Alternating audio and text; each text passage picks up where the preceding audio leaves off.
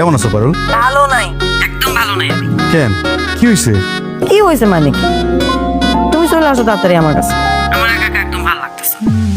আমার সোনা গয়না কিছু দরকার নেই, তুমি আমার লগে এসে থাকো তাই।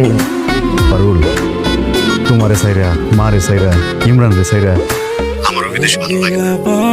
তোমার কথা মনে হইলে আমার বুকের ভিতরটা একদম ভাঙা যায়। মনে হয় লাভ দিয়ে দেশে চলে আসি। তবে তুমি মন খারাপ করো না, আমি আর খুব বেশি দিন বিদেশে থাকুন না, বড় জোর 1 বছর। এই 1 বছরের মধ্যে আমি টাকা পয়সা গুছাইয়া একবারে দেশে চলে আসবো। আইসা ছোটখাটো একটা ব্যবসা করুন, তোমার সাথেই থাকো। সত্যি কইতাছো? সত্যি কইতেছি। আচ্ছা শোনো, জমিটা কিনছি, এই জমিটা কালকের মধ্যে রেজিস্ট্রি করানো লাগবে। ওদের সাথে এই বিষয়ে কথা বলা দরকার, ওদের ডাকো। আম্মা, আম্মা আপনার ছেলে কথা কইবো, ইমরান ভাইয়ে কথা কইবো। ডাকছি, আইতাছে। আইতাছি ভাবি।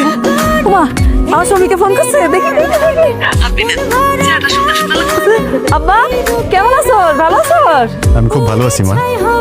ইমরান কই? ভাইজান আমি মাল লগে আছি। ও আচ্ছা শোন, ওই যে হাসিম কাকার কাছ থেকে যে জমিটা কিনছি, এই জমিটা কালকের মধ্যে রেজিস্ট্রি করানো লাগবে। হাসিম কাকার মনে হয় টাকার দরকার, আমি তোর ভাবির অ্যাকাউন্টে টাকা পাঠিয়ে দিতেছি। টাকা তুইলা কালকে জমি রেজিস্ট্রি করে ফেলাইস, ঠিক আছে? ও আব্বা, এবার যে জমিটা কিনতেছো ওই কার নামে রেজিস্ট্রি করবা? মা, এর আগে যতগুলো জমি কিনছি সব তো পারুলের নামে রেজিস্ট্রি করছি। এটা তোমার নামে রেজিস্ট্রি করো মা। ভাইজান কোনো দরকার নাই, এবারে জমিটাও ভাবির নামে রেজিস্ট্রি করো। আচ্ছা ঠিক আছে, পারুলের নামে রেজিস্ট্রি করিস। তোর না কইলাম তোর নামে একটা অ্যাকাউন্ট খুলতে। পারুলের অ্যাকাউন্টে টাকা পাঠাই, সব সময় ওর ব্যাংকে যাইতে হয়। তোর অ্যাকাউন্টে টাকা পাঠাইলে তো পারুলের ব্যাংকে যাওয়া লাগে না। এটা ঝামেলা না ভাইজান, ব্যাংকের এইসব ঝামেলা টামেলা আমার ভালো লাগে না। তুমি ভাবির অ্যাকাউন্টে টাকা পাঠাও।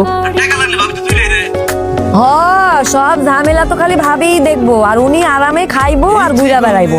এই শুনো, তুমি ওর জন্য একটা ভিসা পাঠাও তো, তারপর তাড়াতাড়ি করে ওরে দেশের বাইরে নিয়ে যাও, তারপর একটু আরামটা কম। একদম একদম ঠিক কথা কইছে বৌমা। ও ও শফিক, ইমরানের জন্য একটা ভিসা পাঠাই দে বাবা। দেশে তো ঠিক মতন কাজ কাম পাইতেছে না, বুঝছো?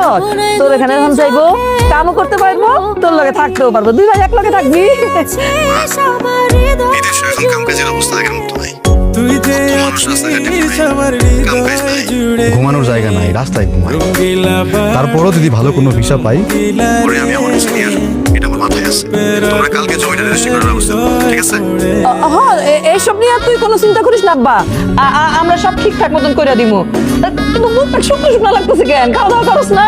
খাইছি মা, তোমরা খাওয়া দাওয়া করছো?